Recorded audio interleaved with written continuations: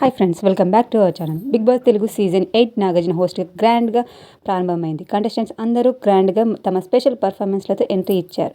నాగార్జున హోస్ట్గా అందరికీ స్వాగతం చెప్తూ ఈసారి కొత్తగా ఒక్కొక్కరుగా వెళ్లకుండా హౌస్లోకి ఇద్దరు రూపంలో అంటే బడ్డీస్గా పంపించారు. అయితే ఫస్ట్గా వచ్చింది అయితే యష్మి గౌడ.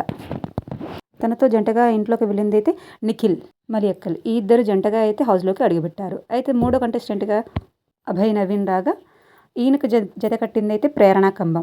ఈ ఇద్దరు కలిసి హౌస్లోకి అయితే అడుగుపెట్టారు. ఇంకా ఐదో కంటెస్టెంట్గా ఆదిత్య ఓం గారు అయితే ఎంట్రీ ఇవ్వడం జరిగింది. ఈయనకు జతగా సోనియా ఆకుల ఇద్దరు కలిసి హౌస్లోకి అయితే ఎంట్రీ ఇచ్చారు.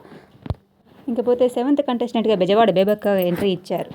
అండ్ నెక్స్ట్ 8వ కంటెస్టెంట్గా శేఖర్ భాష రాగా 9వ కంటెస్టెంట్గా కిరాక్ సీత, 10వ కంటెస్టెంట్గా నాగమణి కంఠ వీళ్ళిద్దరు జతగా ఇంట్లోకి అయితే అడుగుపెట్టారు.